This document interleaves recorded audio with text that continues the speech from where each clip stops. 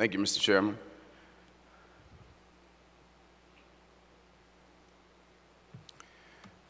Aloha. I appreciate the opportunity to stand before you today to share with you things about the NASBA Center for the Public Trust and some of the accomplishments and highlights that we've had over the last year or so. First, I understand that there are many of you that are here for the first time and may not be as familiar with the Center for the Public Trust, so I'll start with just giving you some information to answer the question, what is the CPT? And what is the connection to NASBA? CPT, as Galen mentioned, is NASBA's subsidiary organization that is focused on business ethics and ethical leadership. And we kind of see the CPT as a preventative arm to help state boards and NASBA on the regulatory side, because our focus is promoting positive and developing and encouraging and acknowledging ethical leadership. And so if we can do that on the front end with both current leaders as well as future leaders, then we think we are acting as a preventative arm for NASBA and helping to advance the mission of NASBA overall. However, the CPT has its own mission, which is to champion the public trust by advancing ethical leadership in business, institutions, and organizations. What I'll share with you now briefly are a few highlights from this past year. First, our focus areas. We have 4 primary focus areas, one being student programs, of which you got an opportunity to see some of the things that we're doing on yesterday. Professional programs, where we partner with other institutions and universities to promote and to conduct workshops and conferences centered around ethics and ethical leadership. Also, strategic alliances, where we can broaden our reach so that both NASBA and the Center for the Public Trust, as well as the state boards, get additional exposure and can make a greater impact in this whole area of ethics and compliance. And then finally, ethics awareness, where we try and promote the positive things that are being done by ethical leaders throughout the United States and the world. So to share with you where we are from a student chapter standpoint, as you can see, we in 2010, at this point in 2010, we had 1 chapter.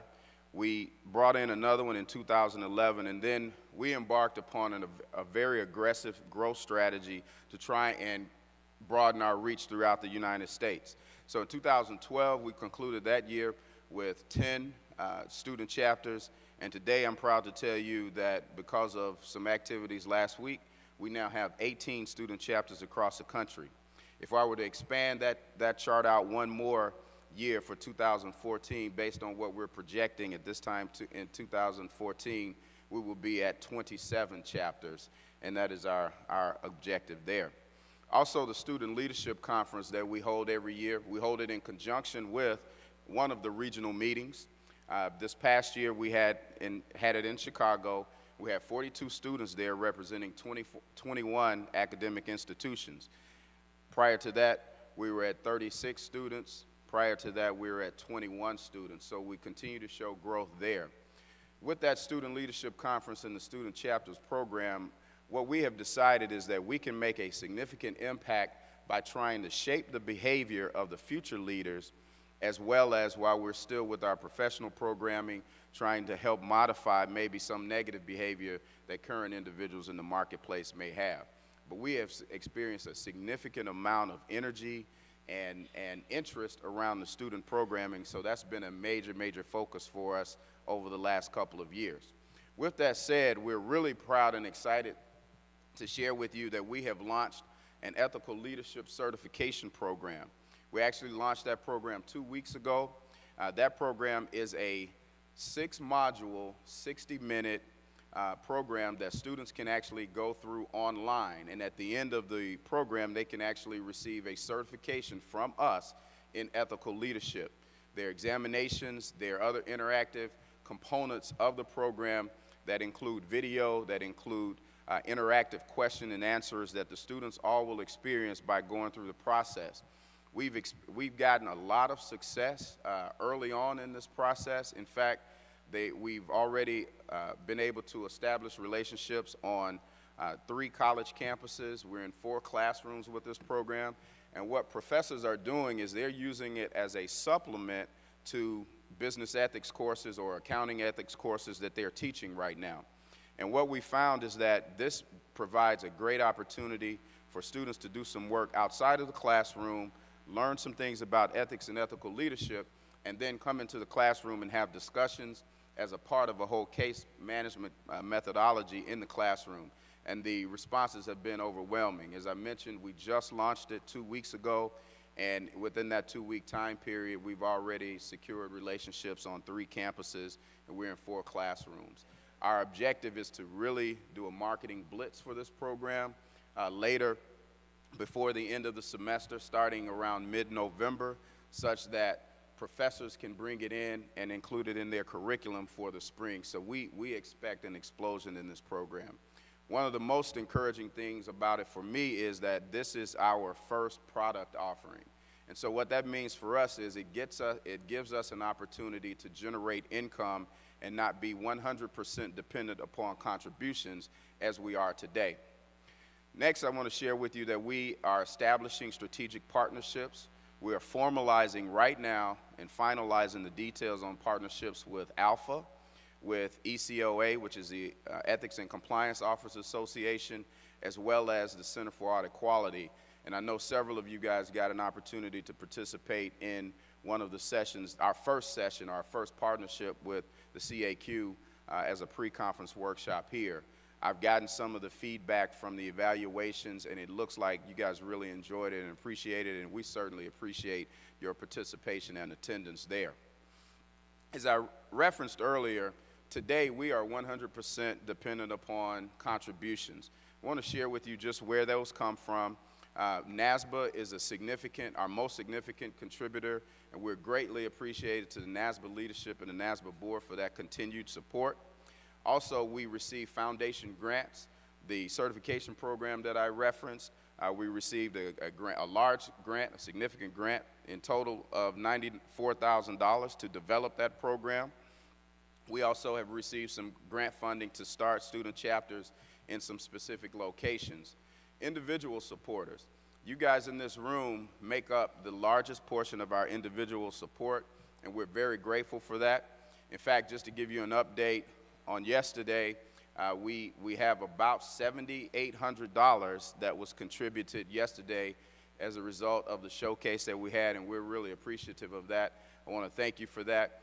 Our goal is to reach 10,000. If we can reach 10,000, then that will enable us to start 2 new chapters without having to secure funding from any other source. So there's still tickets. If you'd like to make a contribution, we'd be glad to accept those. And again, thank you for your participation.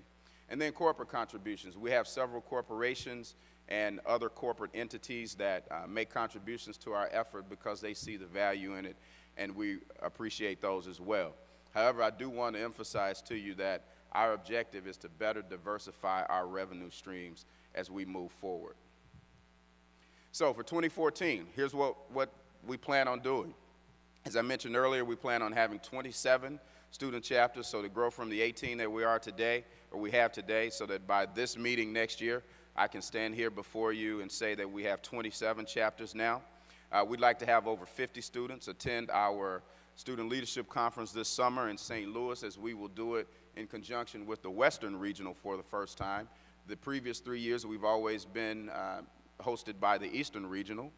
We also are embarking upon a program, thanks to some support from the Accountants Coalition and the partnership that we're establishing with the Center for Audit Quality, to be able to provide resources and materials for those individuals and organizations that conduct CPE sessions. So that's something that will be coming out this year, and you'll hear more about it.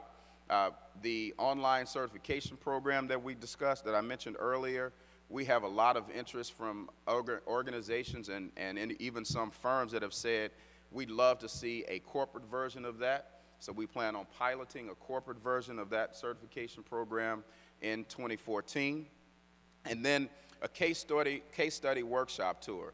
So the case study that you guys experienced on Sunday, we're working with CAQ to go national with that and go to a few select cities so that we can, again, have a broader reach and expand that partnership. So those are things that we're looking forward to for 2014.